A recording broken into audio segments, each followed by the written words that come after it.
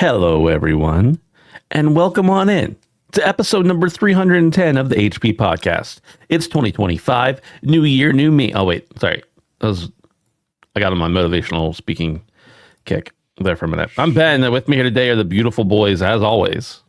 Dave is up first. Davey, hello. How you doing, Ben? I'm doing all right. Good. How are you doing? Not gonna lie, I'm super tired. I've got a sick baby girl at home with a fever. That sucks. Yeah. It's been a long night and a long day. Let's get this over with. No, I'm just kidding. Funny enough, I'm hearing a really bad echo, by the way, of myself. I don't know if everybody's hearing that or not, but anyway. No. What was I going to say? Oh, you've got a sick baby girl. My youngest, who's 9, he's not a baby, but has been really sick the last couple of days. He's feeling a little better today. Like he's definitely more back to himself, but he's been pretty sick. So it's been, I know he's sick because we watched a movie and he didn't ask a million questions like he normally does. He's like an old lady when he watches movies. It's like, oh, why'd they do that? Did you see that? Like, I don't know, dude. I'm watching this for the first time with you right now, but he didn't do that the other night. I was like, oh, he's actually sick. Okay. Does that phenomenon like just happen with old ladies, or? It's most prevalent, I think, in old ladies and children. Okay. Yeah. One of my children specifically. Okay. All the experience I've had with people who are like that are old ladies and children. My mom does it with sports. No, I mean like just the age part of that, not any other part of the equation. Right. Yeah. She'll just see like panning shots of people in the crowd and she'll be like, who is that? I'm like, I don't know. And then I'll just start playing with it and I'll start making stuff up. Like, oh, that was Prime Minister. That was that was God. you know. Yeah. Well, that was like you show your mom a meme and it's like, who is that? Yeah. And it's like, did you make this? No.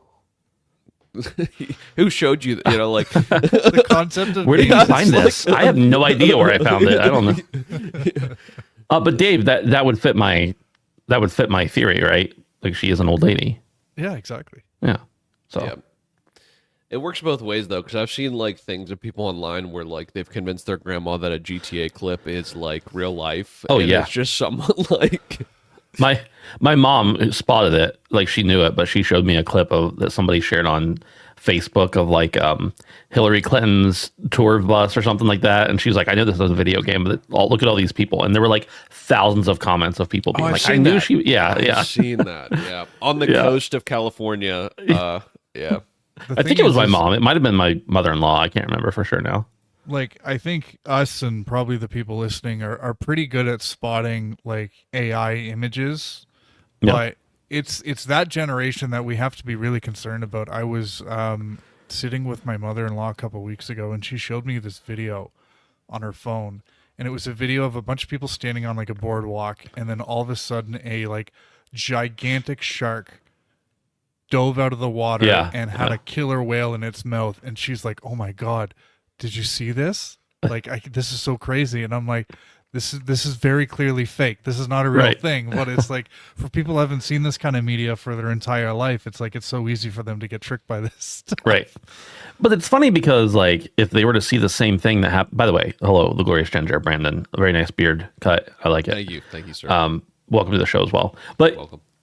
you know, they would watch a movie and not assume it was real.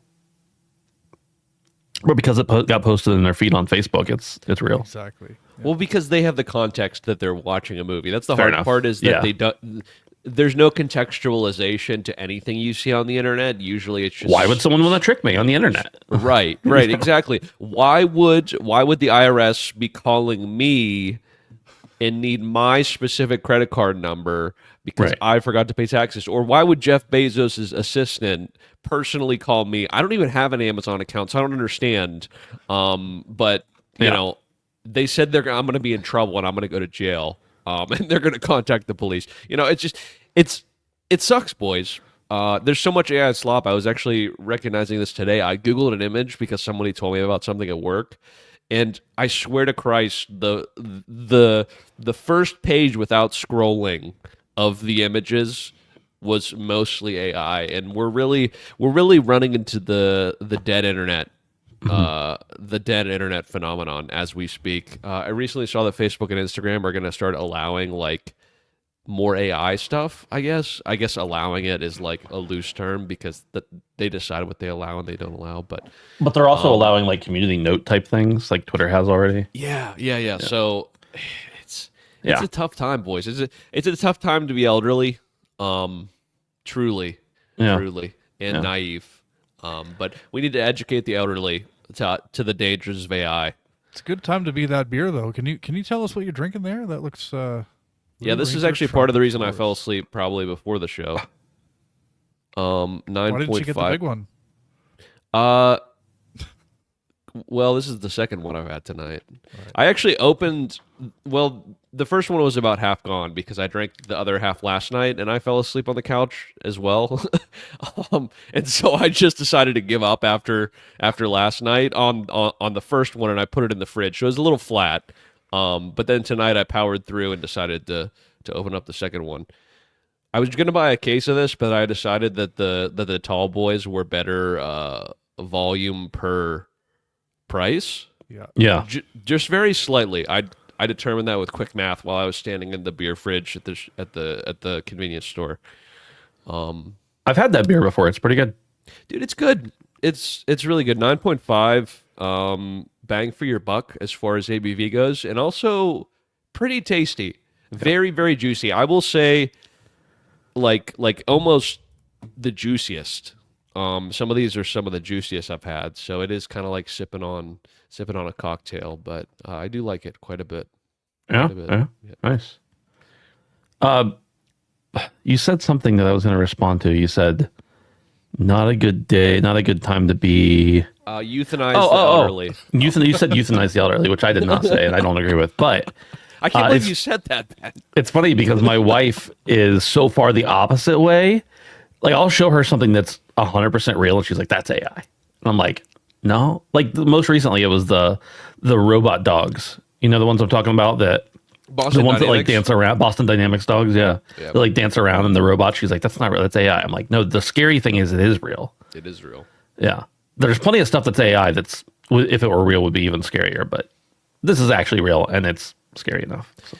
See, it sucks because like I'm warning against AIs, but also we live unfathomable nightmares like Ben's describing. So it's kind of hard for old people. I get it, because at the same time that we have the fake shit, we also have like Boston Dynamic robots being like hit with a mallet and then getting back up like they don't care and stuff like that. So Now it's the Boston truly- Dynamics dogs with the guns mounted to their backs, I'm pretty sure that one wasn't real, but I'm not positive. Dude, I just saw this a video of this guy who like had a fake gun with bullets mounted in it, and he hooked it up to ChatGPT, and he was like telling it to like shoot left, shoot right, and then like pitch correct and do all this shit online. I'm like, BlackRock is currently bidding on how much this guy is worth yesterday. Yeah. He's gonna get scooped up by a government agency, by Lockheed Martin, so quick it's unbelievable. He's gonna become a government asset very soon, and God bless him, because he's gonna be well off. But also we're doomed. You don't gotta worry about that up in Canada, Dave, unless things get real bad. Unless things get real They're bad. getting there right now. The robot dogs might be marching north, into the gray white north. So,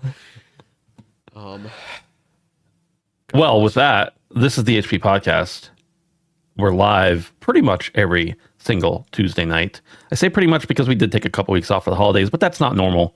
And we always try to let you know ahead of time. You can support us if you want to over on patreon.com/handsomephantom. We appreciate your support. You can support us for as little. I'm gonna make a new pitch here since it's the new year. It's $1 a month for the entire month. An episode a week. On a month where you only got 4 episodes, that's like a quarter a piece. Yeah, if you're listening on audio, you get the audio early, you get it ad free. You get all that, you get all the approval of your peers. But really, what you're doing is you're giving the beautiful boys a quarter a week to keep the lights on here. And really, what I mean by that is to pay our hosting bills and our podcast stuff and all that kind of thing. So we appreciate your support, and thanks to everybody who's supporting us over there as well. You can also hang out with us if you want to. No charge for this. You don't have to be a patron to be part of our Discord, but you can go over to handsomephantom.com/Discord, join up with us there, hang out, chat. It's a good time. Now, we got a couple messages in chat here, but I want to point out one specifically. This episode is going to be a little bit light on news. Hey, maybe it'll end up being longer than I assume. But we're going to be talking about our resolutions and for the new year. And Poot says, editing a video but got you beautiful boys up on the second monitor. Poot, I'd like to hire you for this episode to take notes for us, to write down our resolutions. And I don't know if we're doing punishments, but if we are, those two.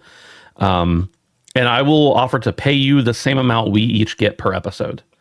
That is paid directly to each of us for hosting. We'll per double your episode. salary. Yeah, we'll double it.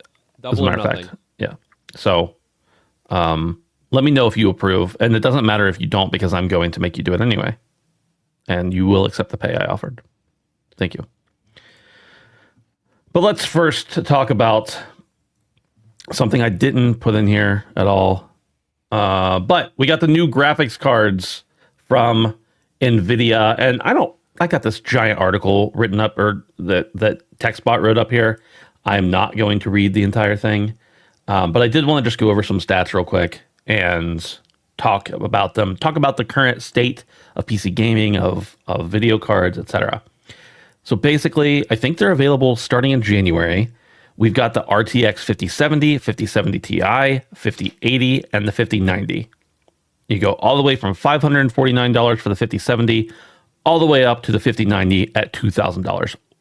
Kind of crazy, but maybe not that out of line. We'll talk about it. Boys, I know both of you. Brandon, you're in the market. Maybe not for a 50 series card, but you're in the market for a new card at some point here. And Dave, you've been talking for a while about maybe wanting to upgrade your PC at some point. And again, maybe not a 50 series card. I just got a new PC. and I'm not even going to bump up. I'm not going to bump up to a 50 series card, at least not anytime soon. But are either of you tempted by this? And also, what do you think about the new cards? You can, if you've seen anything about their power or about their usage or anything, you can talk about that. But they're kind of crazy. They're kind of crazy, the tech they're pulling. Yeah. Yeah, no, I'm very much interested in a 50 series card. I think my initial gut reaction was to kind of buy a previous gen card on the low, but I'm going to attempt to get a 50 series card at launch. From my understanding, the 5090 and the 5080 will be releasing January 30th for sale, and then the 5070 and the 5070 Ti will be released sometime in February. I don't know the exact date. So Okay. we're getting the more powerful cards first. And what this really means for anybody who is in the market for a card, period, is that after January 30th, the best time for you to buy a card, 50 series or otherwise, is that date. Because people will be dumping their old cards. That's just the way it goes every single time this happens. So not only will we probably see a retail markdown, potentially, but the early adopters, the people that buy these high end cards, will likely be getting rid of their last series cards, and that's just typically, from my understanding, how it works. So, Yeah. I would love to get a 5070 Ti. I think that's kind of the sweet spot for me. It has a very reasonable retail price. I do know, however, how the GPU market works, and you very rarely are able to get it at retail price, and that's kind of the unfortunate part of it all. I kind of feel bad for people that just bought a 4090 at the price they did, because as far as the power goes, and I kind of want to touch on that for a minute, I don't fully understand how all of it works. I kind of understand that it's AI driven, but they're making the claim that the 5070 is equal power to a 4090 at a third of the cost, at half the cost. So that, I kind of feel bad for people that maybe bought a 4090, depending on how much you actually did end up paying for it out the door, whether you did have the large upcharge. But regardless, it's significantly more expensive for what they're claiming to be the same amount of power. So, Well, Brandon, I was going to touch on that actually, and I'm glad you brought it up. We don't have like the third party reviews yet, right? We just basically have the announcement here, and some select entities have talked about them. But from what I've been able to read and see, it seems that the 5070 can match the frame rate of the 4090, even at the same resolution, with DLSS 4. But the raw non-DLSS performance is way, way lower. sure. And I mean, it's still phenomenal. Don't get me wrong. It's going to be better than a 4070 or especially any 30 series cards, probably even the 3090, honestly. Right. But they're saying it's equal to the 57 or to the 4090. The 5070 is, but it just doesn't seem like, as far as raw power goes. And I'm certainly not the guy who knows everything about graphics cards. I just know know Right. they work. But it definitely seems like the claim is marketing more than reality. Sure. In which, marketing or otherwise, the statement stands. And I think it does have to do with VRAM, if I'm not. Yeah, somewhat, but it's mostly due to the AI, the DLSS, upscaling kind of stuff. Gotcha. But nonetheless, I mean, for people that actually care, they'll kind of know what they're looking at here. But to the layman, which I guess is me, the 5070 seems great. And the 5070 Ti, I know we won't know out the gate at launch what kind of small amount of increase. Maybe, Ben, you can speak to that, the difference between a Ti and a normal. Are we talking a large amount of difference? And I guess I should maybe ask you this off the show, but I'm going to ask you it on the show. I think it's about a $200 increase for the Ti. Is it ever worth it to go up that one bump? I definitely think it is worth it, but I don't know that it's worth it for this particular card when you look at the 5080 only being 150 more than the Ti. Right. You got 200 between the 5070 and the 5070 Ti. And the way I understood it in the past, and again, I am not the expert on this. I don't claim to be. I don't know what I'm talking about.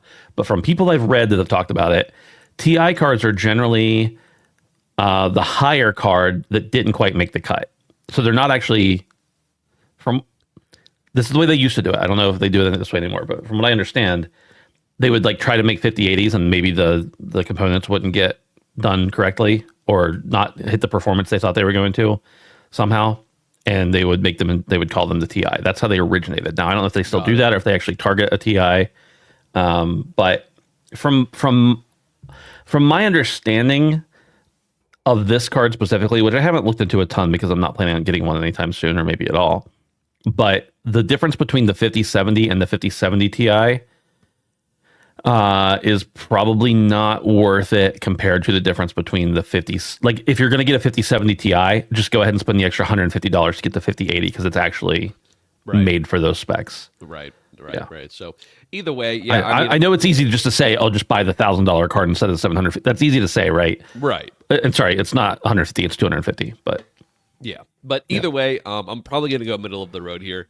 Yeah. In absolute worst case scenario, I will attempt to probably get a higher end 40 series card. Yeah. Either way you look at it here, I'm gonna be clocking in for an upgrade. So in the next month, I should be having some good news, ideally. Honestly, I've never been a part of a series rollout. I've heard that it's a very difficult thing to kind of achieve that and to kind of get it just because of the demand. But we'll see if I'm able to scoop some up or someone I know is able to scoop some up. So yeah, this is really cool though. We knew it was coming. DLSS 4.0 is going to be cool. I feel like 3.0 just came and we're already getting upgrades. So I kind of wish and I guess it seems to be pretty iterative. And y'all can speak to this if you want, but at some point it kind of feels like maybe they should wait a little bit longer to do more cards. Maybe that's just me till there's like a bigger upgrade. Not to say that, well, obviously we don't know everything about these cards. When they're going to get in people's hands and we get some more stats, we're going to know more. Because right now it's just claims, right?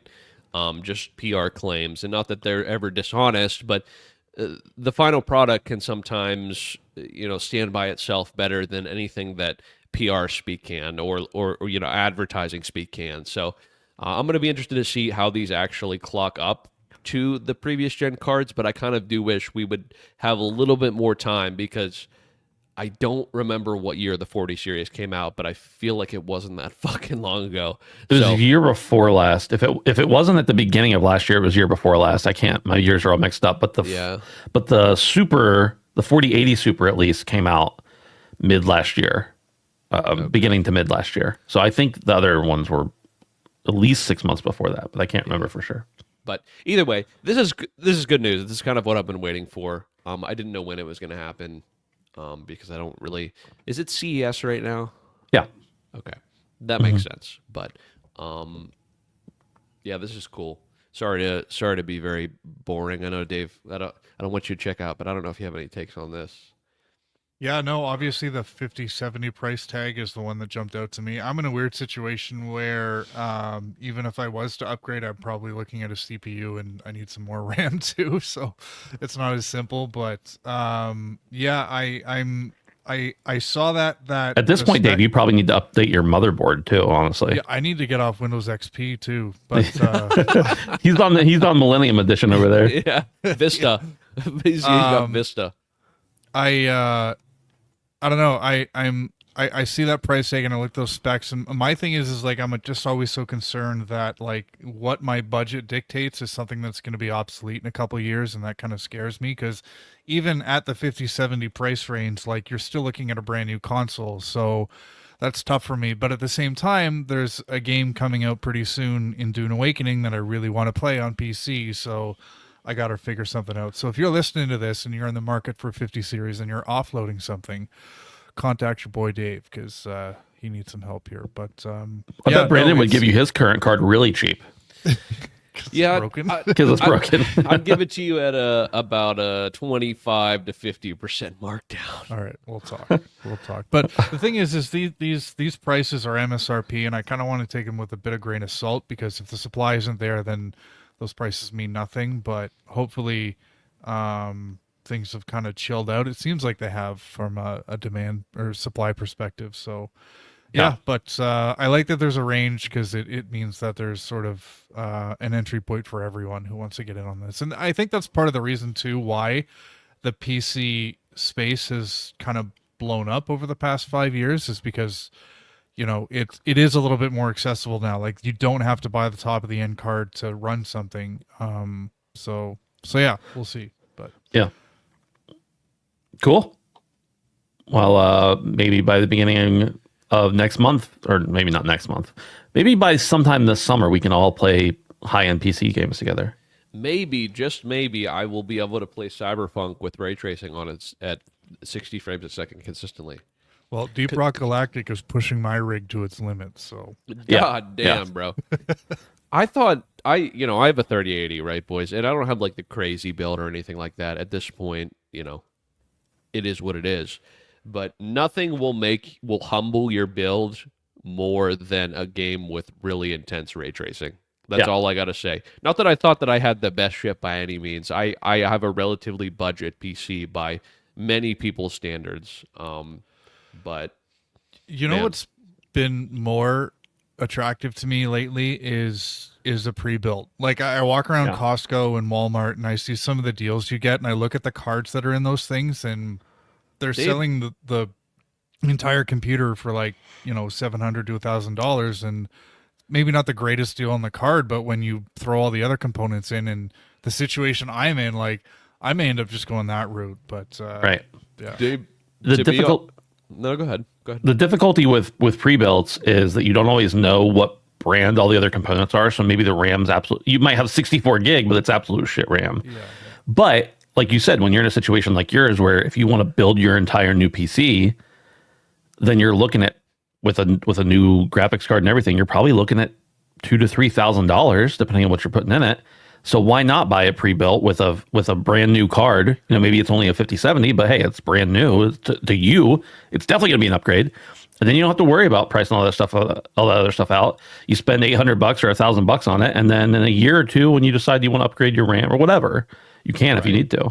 Yeah, honestly, Dave, that's kind of the key. I feel like maybe, I don't know, even less than a decade ago, building your own PC was the cheap and most cost-effective part of it, and it still can be depending on how you part things out, but Ben's absolutely correct, and this is kind of something that I noticed on my PC is you'll kind of strike a deal with the graphics card, and that's kind of the trade-off with the new pre-builts and how they're coming now, is you'll get lesser components as a whole. You'll get lesser brand components in the PC by itself, but you'll kind of strike a deal with the graphics card, right? And sometimes that's the only way you can get that graphics card reasonably.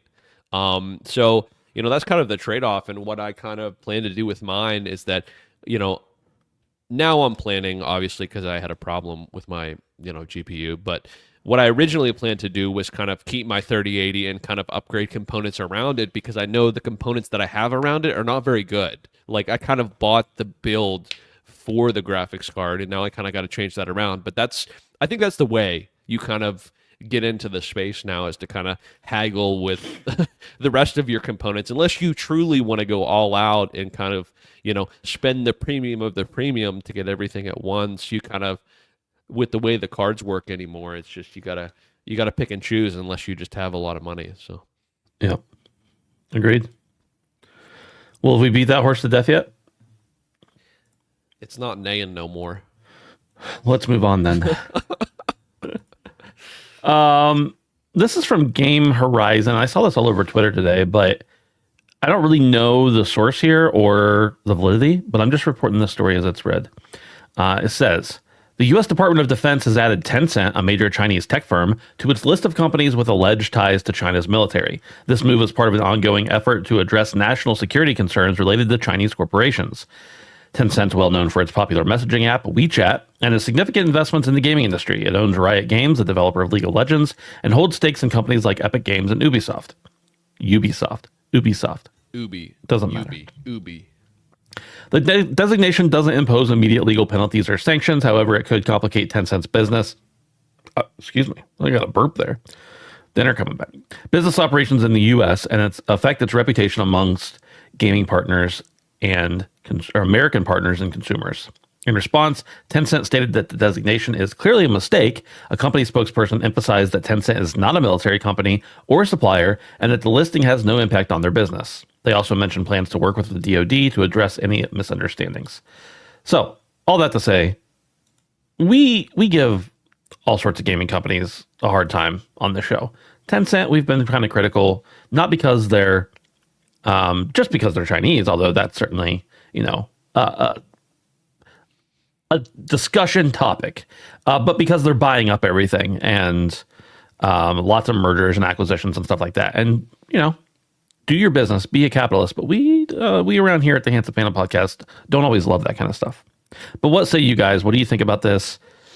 Obviously, there's lots of other politics and stuff here at play that we're not really aware of. But Sure. How do you feel about it? Davey, why don't you start off?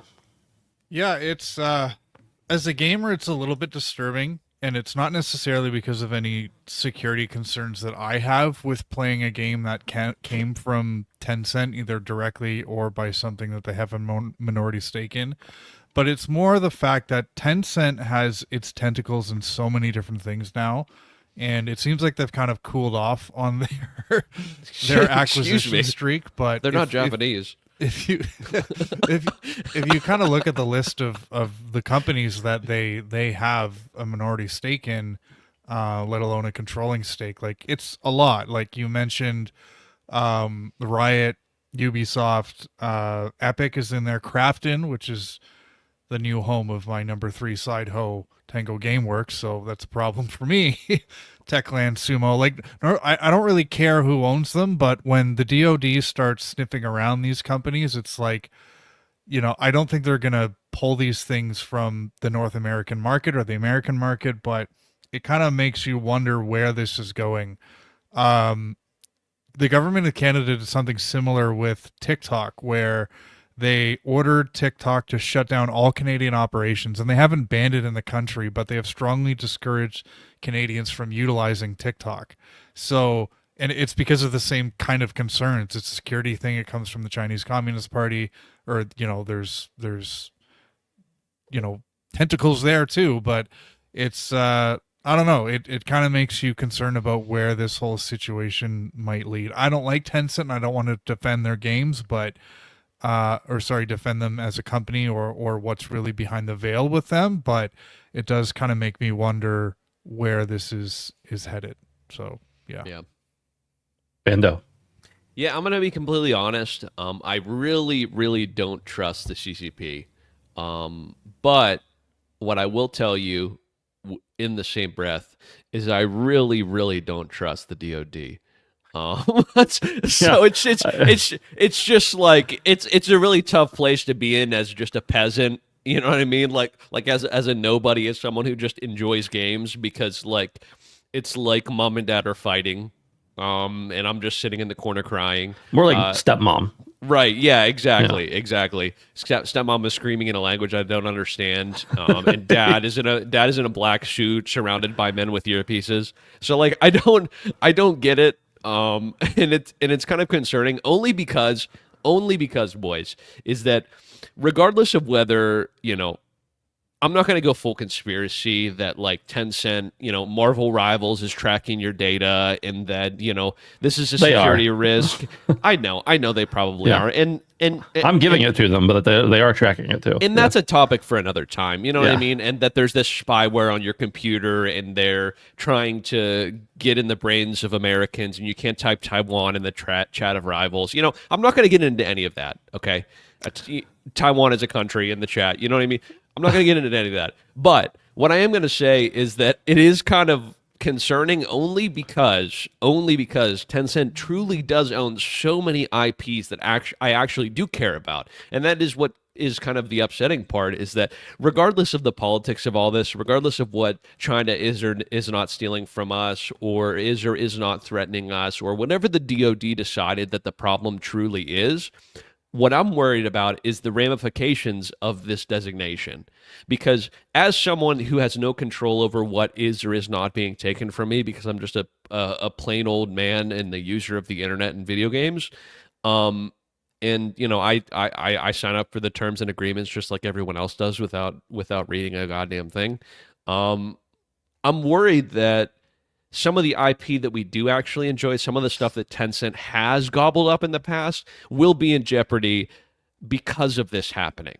And I know that's a very selfish way of thinking about it, because I should be concerned about why the DOD actually would have this designation, because it probably could potentially affect me and like the greater good and that sort of thing. But the reality is mostly I'm selfishly like, how is this gonna affect what I'm going to perceive or what I'm going to be able to play in the future if Tencent is actually going to be held accountable for something they are or are not doing. Does that make sense? Yeah, absolutely. It does. Well, it's worth noting that Tencent has more than just games, obviously, right? Like sure. The government didn't designate Tencent games specifically as Chinese military assets or something like that. I mean, off the top of my head, WeChat is the other biggest thing they have, and basically, if you're in China, you have WeChat. If you live or do business with Switch, with Switch and the WeChat going off of that. So, yeah, it's Wait, hold up though. Do we think that Nintendo is sniffing something? That the DOD is sniffing the fact that they just recently. Remember how we were speculating that the WeChat was going away from Switch 1 with the memberships because of Switch 2. Is it possible that maybe Nintendo was sniffing something that the DOD is sniffing as far as WeChat goes and as far as Tencent goes? I don't know. It's impossible to say for me. It's obviously we're getting into speculatory territory, but it is kind of interesting, is it not? Yeah. Just kind of a thought puzzle here, but I digress. Sorry, Ben. Go ahead.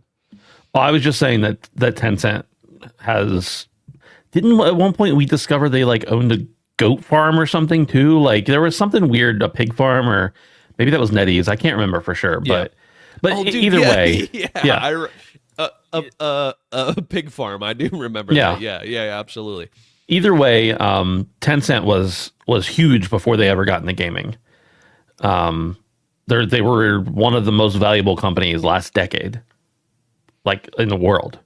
So they've got plenty of other stuff going on. They're controlled in part, at least. They have people on the board from the CCP. It's not that crazy for the government to be putting them on some kind of list. Sure. But of course, when we hear that as gamers, we're like, really? Like, well, I can't even think of a Tencent game off the top of my head right now. Yeah, so Chinese companies can own farming land in the U.S., but they can't. But they're now a military asset. And anyway, I'm sorry. Anyway, yeah, I'm with you. I don't. Anyway. Here's the thing. I think as a capitalist American, I have a lot of problems with the CCP. But like you said, I have a lot of problems with our government too. Yeah, the DOD ain't exactly fucking flawless, I gotta say. We got some fucking wacky ass shit going on there too. The problem is it's really just like government bad, you know? So, yeah. Yeah, power bad in my opinion, but yeah. Let's move on. Let's talk about this last news story that we have for tonight from Game Infinitus. That sounds like a disease, man. Dude, I just got diagnosed with that. I think Game Infinitus is what they call the new Assassin's Creed games. They just don't ever stop. That's their live service model. Mm-hmm. Game Infinitus. Anyway, I got Andy Robinson from VGC in the latest episode of their podcast mentioned that he thinks Sony is working on, quote, at least a couple, end quote, of old, smaller IPs. Although he didn't provide specific details, his comments have excited long-time PlayStation fans. Quote, I know at least a couple that they're working on, like the deep cut, old IP stuff, end quote. Boys, there's no news here. We don't have anything to talk about, but if you could pick an old franchise that PlayStation owns or at least has ties to that they could revive, what do you want to see, Dave? I'll just caveat this first. I realized I don't think they own the rights to this anymore, but old franchises they have ties to would be SOCOM for me. I don't know who owns the rights to that franchise, but I'd love to see that. But Resistance is the big one for me because Sony hasn't really had a first-party presence in first-person shooters in a long time. I know they tried with that game that just came out and went away in 2 weeks, Concord. But that didn't really work out. And obviously the genre has changed so much. Like everything needs a competitive angle, everything needs a live service angle, whereas Resistance was a single player, first person, Michael Bay kind of like shooter. And yeah, it had multiplayer and had some co-op, but like the campaign was the meat of that. And the industry's kind of changed to a point where like you couldn't just have that, but at the same time, like that was such a like a crowning achievement for in my opinion for Sony. And like it came at a time when the PS3 kind of sucked. Didn't suck, but it was just so expensive and it didn't need to be, and the 360 was dominating, and it kind of felt like a really good reason to have that box. So I have really fond memories of that franchise, and it had 3 really good entries, and it had another one on the Vita or the PSP that was really good. So yeah, I'd love to see that come back. Now, this rumor does mention deep cut, so I don't know if Resistance really falls in the deep cut category because it stood beside Uncharted, you know, when it was in its heyday. But I would love to see the Uncharted franchise come back, and I really think Sony could use a solid first-person shooter in its first-party lineup. So that would be really, really cool. Dave, I'm pretty sure Sony does own the SOCOM IP for video games. Yeah. Brandon, what about you? 2 things I have, and I don't know if we're going to go back and forth, but should I just mention Just spit them out. Yeah, that's fine. So I want another Hot Shots Golf. I want another Everybody's Golf. I know they shut down the servers, but it's been a minute, and we haven't had a good non-Mario golf game in a long time. So 2017, is that right? That's Dude, the last one? It's been a while. We need another Everybody's Golf. We need another Hot Shots. It's time. And last but certainly not least, almost more exciting for me even than Everybody's Golf and Hot Shots. And that's saying a lot because I love Everybody's Golf. Is MotorStorm. Boys, we need another MotorStorm. There were very few games that were as hype on PS3 that made me believe in the power of the PlayStation 3 as MotorStorm. That game was fucking awesome, and I feel like I don't know how it sold. Do we know how it sold? Wasn't it a launch title? I don't recall. I feel like it was close. It was but pretty close. I don't think it sold well because it came at a time when the install base wasn't great, and everybody was so horny over Call of Duty and multiplayer. And MotorStorm was one of those titles where it was like, look how powerful the PS3 is, but nobody really cared because it was more like, I need a 360 because that's where all my friends are playing. Right. But Dude, is Mod Nation Racers a deep enough cut? Can we have that? Yeah, dude. Honestly, you kind of hit it on the head with Resistance, though, man. Yeah. Dude, I miss that series so much. But on God, MotorStorm, boys, that shit was. I can't even tell you as someone who just got off the back of playing a PS2, when we got a PS3 and that being one of the first couple games we played on it, it blew my mind. That game, like, actually, I thought that game was so fucking cool. Also Twisted Metal. I mean, obviously, you know, I guess I'm going to throw a third one in there. That seems kind of like something that we're never going to get anymore. Do we really think that sort of thing could live? Dude, what if we get a Twisted Metal BR, you know? I'm just like throwing it out there. I feel like we could do something cool with that. Weren't they working on a Twisted Metal BR and they canceled it? I don't know, bro. I don't know. I'm just like, I don't know, bro. I don't remember if that was true or not, or I just those are my 3. Those are really my 3. And obviously, you know, we can get a new Ape Escape anytime. That would be dope. You already did 3, and then you got to just hop in there and take mine. Ben, kick it off. What's yours? Parappa the Rapper. A new Parappa the Rapper. That, however, of everyone's suggestion, is the worst one because that game is so... Well, it was going to be Ape Escape, and then you said it. No, legitimately, when I think deep cuts, I think of stuff like, you know, Japan studio, Old Shadow of the Colossus, although we already got a remake of that. I think about like Siren. Do you remember Siren? I don't. It was a very, very, I think it was, I want to say it was like late 90s. It might have even been earlier than that. No, I don't know. It doesn't matter. It might have been later than that. I'm so old now that time doesn't even make a difference. You know how like sometimes old people, we're talking a lot about old people. Old people will be like, hey, what was that guy's name? And it doesn't matter at all to the story. That's this right now that I'm saying. And then it gets hung up for the entire, the next hour on what this person's name is instead of like the actual bit. Also, Radek and Chan, my favorite Motorstorm was just the OG. I didn't have any of the other ones aside from OG. But the one game I was going to say, because I'm not a hog and don't need to take 5, was going to be Ape Escape. Dude, hey, listen. Don't hate the play, hate the game. I do hate the play and the game. Tonight I'm letting the Voodoo Ranger talk, you know what I'm saying? Yeah. I can't wait for this podcast to be over. I know. Most people feel that way when they talk to me. I understand.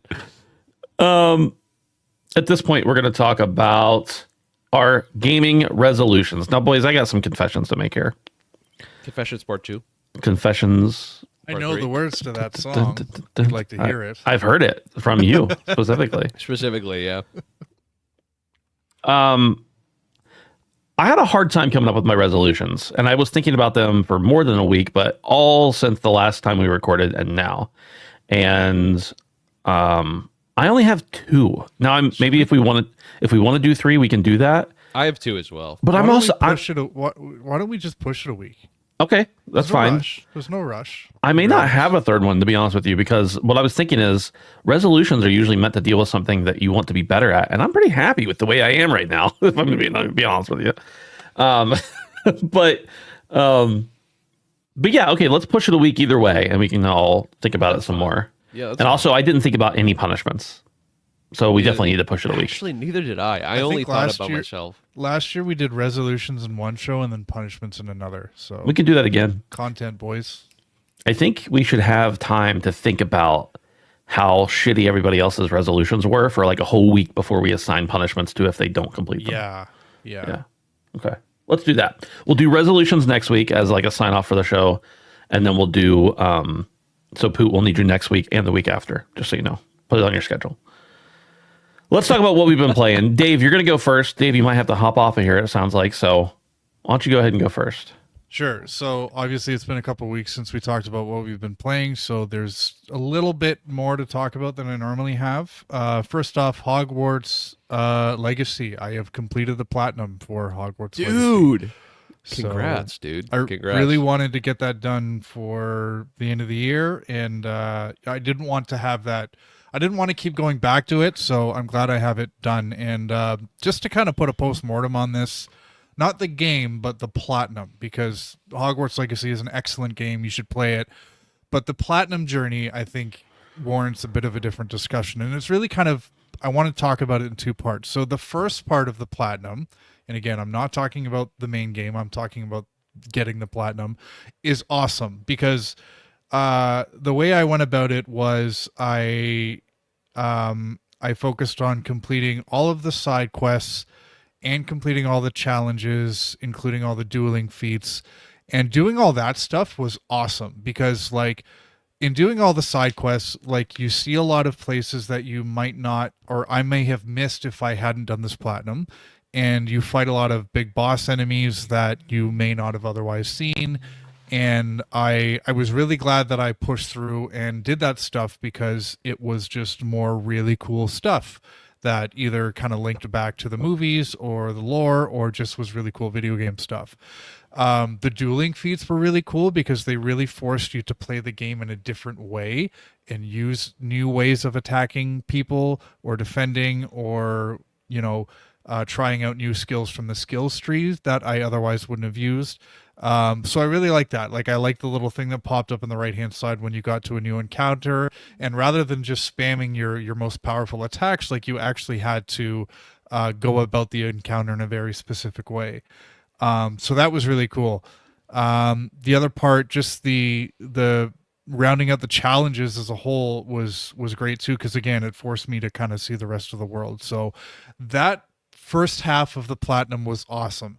The second half fucking sucked. So a lot of people talk about this Hogwarts Legacy Platinum, and they all talk about those house trophies, which is where you have to replay the first 2 hours of the game an additional 3 times to unlock these trophies. So I'm going to get to that. But the part that people don't talk about is completing all the collectibles. And there are so many in this game. And you get to a point in Hogwarts Legacy where basically what you have to do to find all the collectibles is just spam Revelio throughout all the different places in the game where you're missing like a field guide page or butterflies or just one of the dozens of collectibles that there are.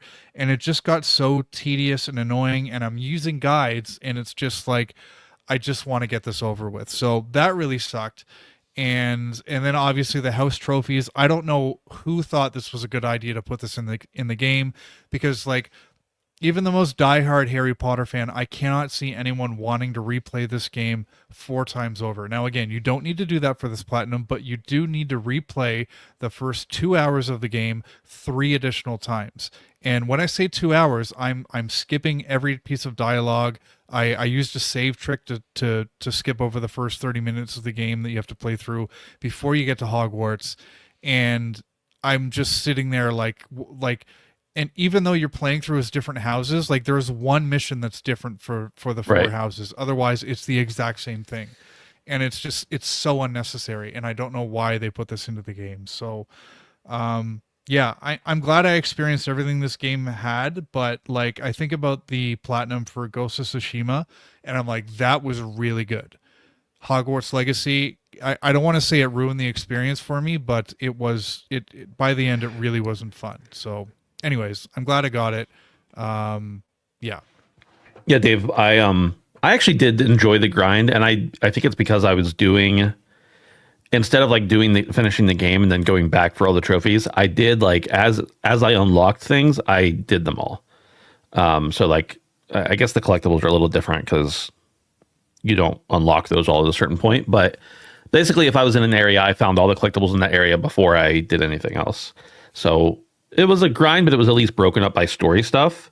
But I can definitely understand with that game specifically if you waited till like, oh, I'm going to go clean all this up. Yeah, that sucks.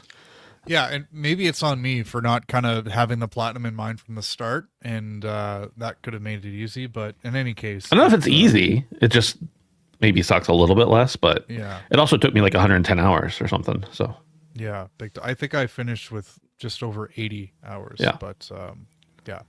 Anyways, Fortnite. I've been playing Fortnite. Oh. May know if you listened last week, I failed one of my resolutions, and my punishment was to play Fortnite, because I don't like battle royales.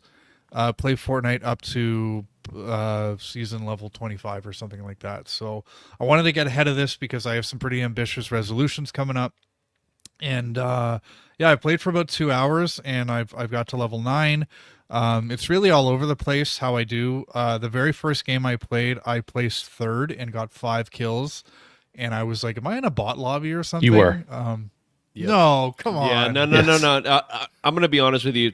I can't lie to you, Dave. So the first game, you go back after a while, and I don't want to poo-poo on your party. There's a lot of bots in Fortnite now, and it's okay.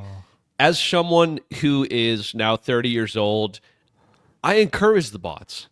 Bring them on. I want every lobby to be a bot lobby. I don't give a fuck. I want to No. win. It feels good. It's okay. No. Dave, don't this. It's You guys okay. might be It's getting okay. bot lobbies, but I was watching the way these people were playing, and they seem fairly human-like. But anyway, Are you the old lady at the beginning who doesn't know what AI is? Yeah, exactly. There was the shark that jumped out of the water with the killer whale, and he shot me. He 360'd me. I haven't played Fortnite in at least a year and a half, but there was a transition to Unreal Engine 5 at some point, and Yeah. you really notice it. Like It looks so good. it's for such like an endearing kind of looking game with a very kind of cartoony art style. It is. They have the resources to make this game look really, really good, and they certainly have done that. So I'm not admitting that I'm enjoying my time with Fortnite, but jumping in every now and then isn't going to be that difficult for me. I think the new season starts at the end of February, so technically I have a bit of a deadline to get this done, unless I want my level to To restart. start over. Yep. Yeah. I was gonna mention that to you as like a I'll help you out here kind of thing. Either that or But- maybe you should wait type of thing. But yeah, it's too late. Yeah. You started. It's really easy to get to level 25 though, man. It's not bad. And honestly, Dave, lean in to the challenges. There's about 1 million challenges, and especially as someone who's coming in late into the season, if you do nothing in the entire map, not even try and win, not even try and kill anybody, if you just go in and look at those challenges, no matter how ridiculous they are, and just try and do those, you will be 25 in no time. I'm positive. I'm positive. Yeah. Yeah. The other thing is I popped into my local mom and pop game shop a couple of weeks ago and I picked up a game called Lost Planet from my Xbox 360. This is an interesting game for me because I remember when this game came out and I did not have an Xbox 360.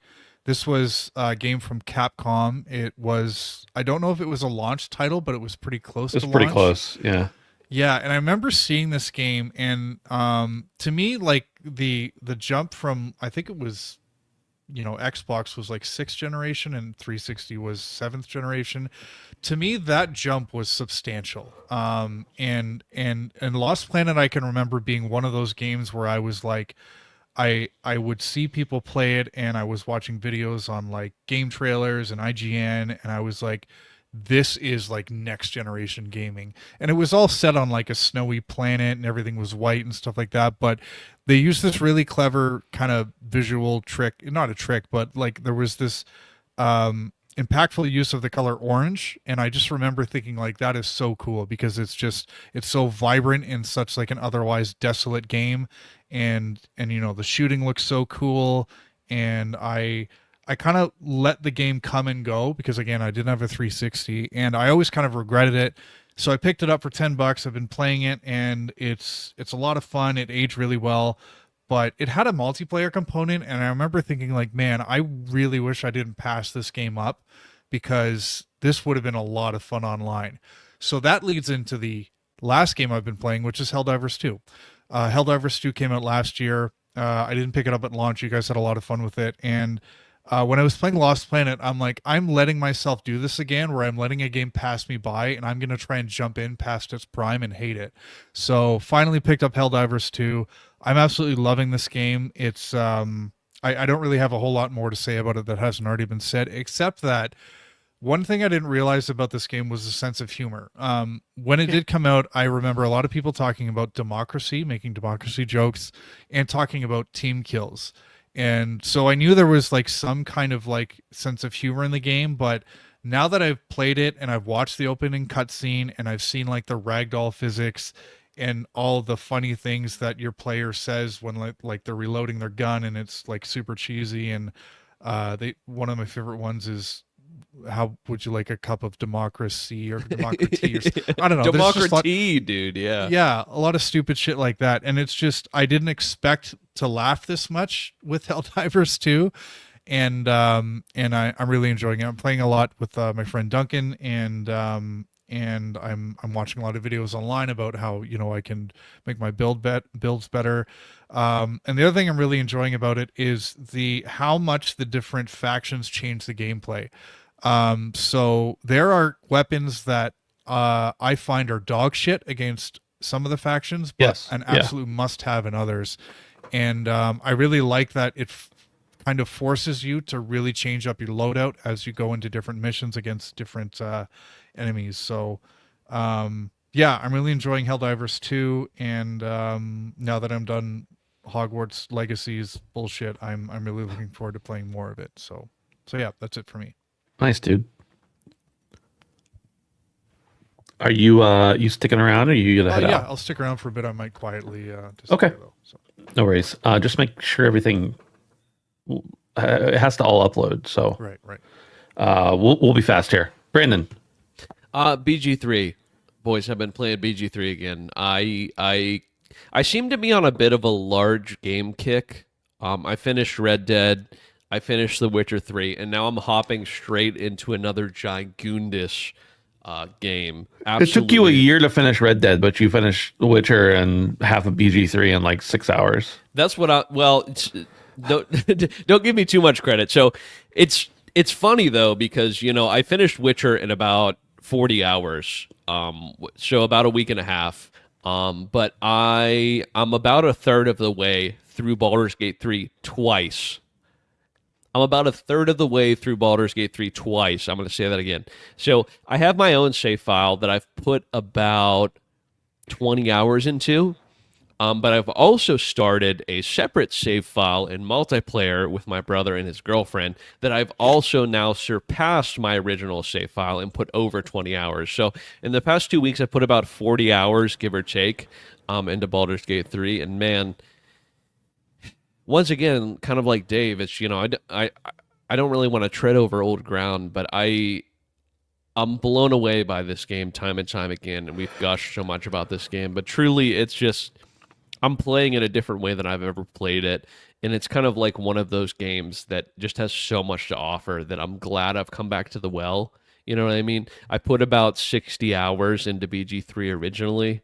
My Steam time says about 100. I don't know if I just let the game fucking run and just left home for a couple times or what happened. But realistically, I've probably played about 60 hours prior to my current... Well, you had done some multiplayer in the past, so that probably wasn't reflected on your in-game. True. But in-game, so I would say conservatively now in-game per the saves, not per the Steam counter, I definitely have about 100 hours into this game now. So, man, oh man, it really is the gift that keeps on giving. I have always wanted to play Dungeons and Dragons, and I think this may be the closest I ever get. I don't want to write it off, but like this has got me itching in some sort of way that I can't explain, and antibiotics cannot help. It's great. What can I say about it? So yeah, this time, so I have two setups, right? Like I said, I will go over them very briefly. I'm playing I started off as not a wizard.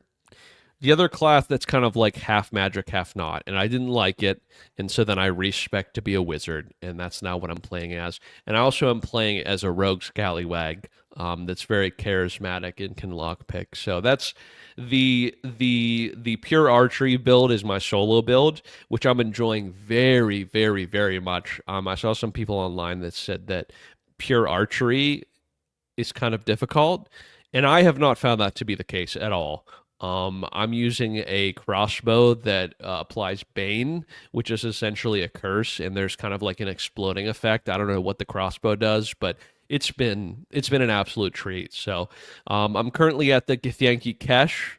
In my solo playthrough, we've cleared the cache on my co-op playthrough, and we're now in the Underdark in Act 1. So we're almost done with everything there is to actually do in Act 1 in my co-op playthrough, and I'm almost done with everything there is to do in the co-op, or I'm sorry, in the solo playthrough of Act 1. So I've been very thorough in the first act of both of these save files. I don't know that I'm going to be quite as thorough in Act 2 just because of the whole amount of time it's going to take to complete the game sort of thing, but it's been an absolute treat. And I have fucked around a little bit with mods, and that's kind of helped a bit. So the in-game mod manager is really good.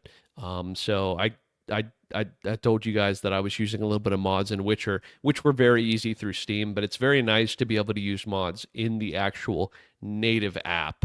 The ease of use there is just unmatched. So yeah. Nothing game breaking. I see some mods that are like 1000% XP, and I'm like, at that rate, it's like, I don't know. Anyway, so yeah. It's a lot of fun, is what I'm saying. So Baldur's Gate 3, man, oh man, this game is fucking awesome. The most awarded game of all time, and for a good reason. So yeah. For me, I finished Indiana Jones. Did I talk about that on the show? I can't remember. I don't think the last time you've talked a lot about Indy, but you've not talked. I don't think you've completed it and talked about it. So. Well, I wrapped it up either way. I found that I did pretty much everything in Act 1. In Act 2, I was like, I'll just do some of this stuff and maybe I'll come back to it later. I don't know. And then in Act 3, I was like, I'm just mainlining. It wasn't that it was just that I was losing. It wasn't that the game got worse or wasn't good. It was just that I was ready to play a different game. Phenomenal game. I loved it. I love the story. It felt like an Indiana Jones story should feel. And I know that's like, duh. The last two movies haven't felt like that. I've still enjoyed them because I like Indiana Jones and Harrison Ford. But this game is phenomenal. And I've talked so much about it in the past that I'm not going to belabor it now. But I finished Indy. I really, really liked it. Surprisingly, so I went, I had done like some prepaid codes or whatever that I bought back on Black Friday and for Game Pass. And so I signed up with it. And when I went to cancel it, so that I didn't get auto charged again, because there's nothing I want to play for the next month on there, it asked me if I wanted, like what option I wanted. And it was like, we'll give you back your a month of credit since you paid with a prepaid card. And I was like, oh, okay. So like it gave me a prepaid card, like a code to redeem in the future. I was like 29 days into my subscription and it just refunded it to me. So, and I know lots of people say that it does that with their, like their regular subscription. You cancel and you can either stop right now or you can keep going till the end of the month. If you stop right now, they refund it almost all the time. It's crazy. I've been playing a lot more Hunt, of course, which it's been like 3 weeks since we talked about it. I've played a lot of Hunt in that amount of time. Marvel Rivals, I had expressed some dissatisfaction with in the past. Not because of the game. The game is absolutely phenomenal, but because I couldn't find people to play with. And that still seems to be the case. But I did manage to get out of Bronze 3, blazed through Silver, and got all the way up into Gold. And then I immediately quit playing because the season's going to be over in like a day or two. And I didn't want to... I want to end the season in Gold so that I get the skin that you get for ending the season in Gold. So I've just been playing either Quick Play or some other stuff right now because it's just too hard to rely on other people to do their part. But what I will say is that the game has really, in the last couple weeks, has actually morphed into something that is strategic. For a long time, it was very much, for the first couple weeks, it was very much just everybody figuring it out, everybody running around, doing whatever they wanted to, no real strategy, even from people who had played hero shooters in the past. It was still a little bit jarring, I think, because it's all new. But then once you start ranking up and getting into the higher ranks a little bit and actually getting people who are on mic and who will communicate, the game is just so much better. And I mean, I know that's just the way it is in hero shooters, but it really is so much better. And there's so much more strategy now. There's so much, you can see people filling in the roles the way they should, being willing to swap out of the role, even if they're not doing the most effective thing that they could do. So I'm really enjoying it, and I'm in 2 days, everybody loses 7 spots on their rank. So I'll go back down into bronze or something like that because that's when the season resets. So I'm gonna grind up and see what I can do. And then the final thing that I've been playing, I've had my eye on this for so long. It looks like my kind of game. It's made by Coffee Stain Studios, and we know Coffee Stain Publishing and Studios from, all sorts of other games, Valheim, Deep Rock. Some of them are studios, some of them are publishing, but they're all part of the same family. Satisfactory. I've had my eye on this game for a while, and I don't know why I never pulled the trigger when it was in early access, but man, oh man, I'm in trouble. If I had a job right now, I'd be fired because I cannot pull myself away from playing Satisfactory right now. I think I've put about 15 hours in the last 4 days into it, 3 or 4 days. But basically, Satisfactory, it's a survival crafting factory game, essentially. If you guys are familiar at all with Factorio, it's basically that, but in first person.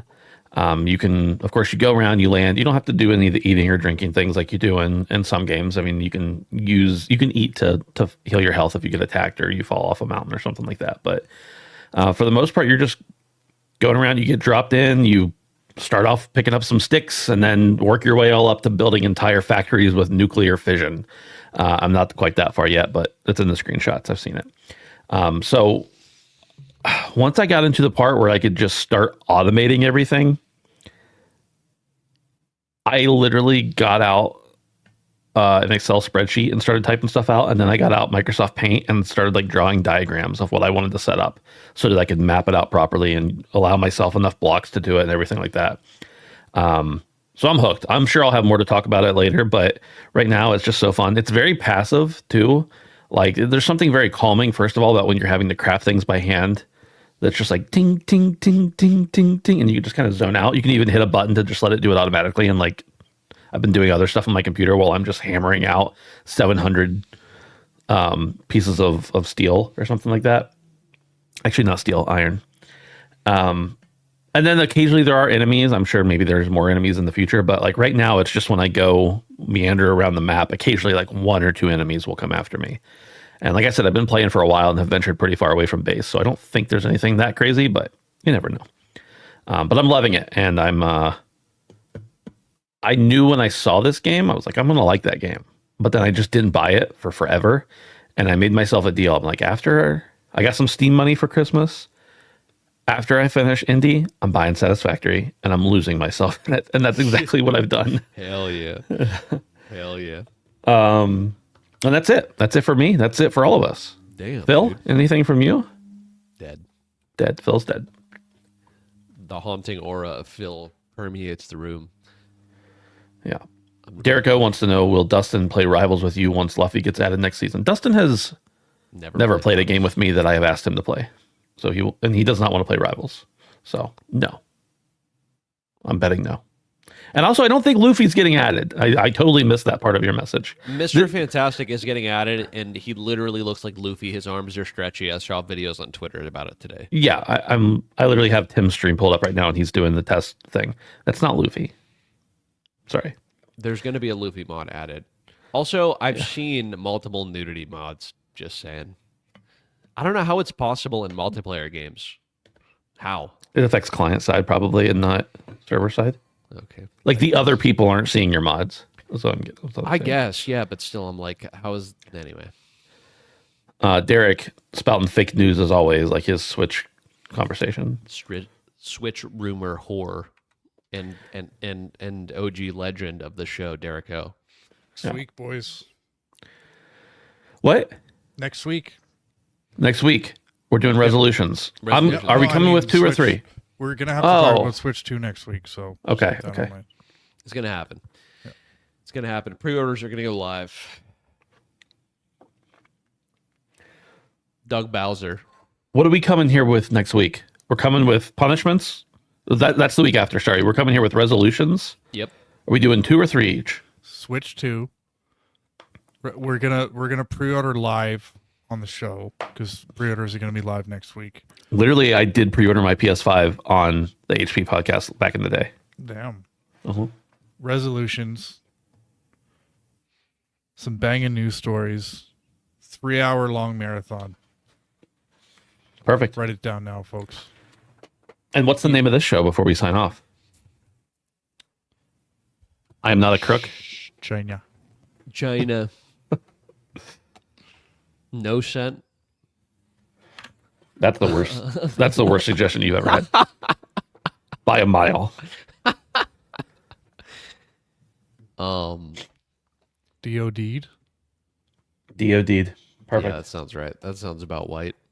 DOD apostrophe D. Yeah, that sounds about white.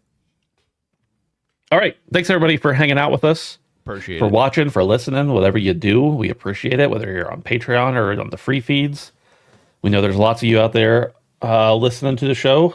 You know, you can come see our beautiful faces. We talk about how we're the beautiful boys all the time. You can come see our faces if you want to on YouTube every Tuesday night, or you can watch it later. Right. Support us on patreon.com/handsomephantom if you want Dave to say more things like that in the future, and he will, believe me. boy. It's usually Brandon, but this time it was Dave. And you can hang out with us in Discord at handsomephantom.com/Discord. Thanks everybody for hanging out. We'll see you next time. Au revoir.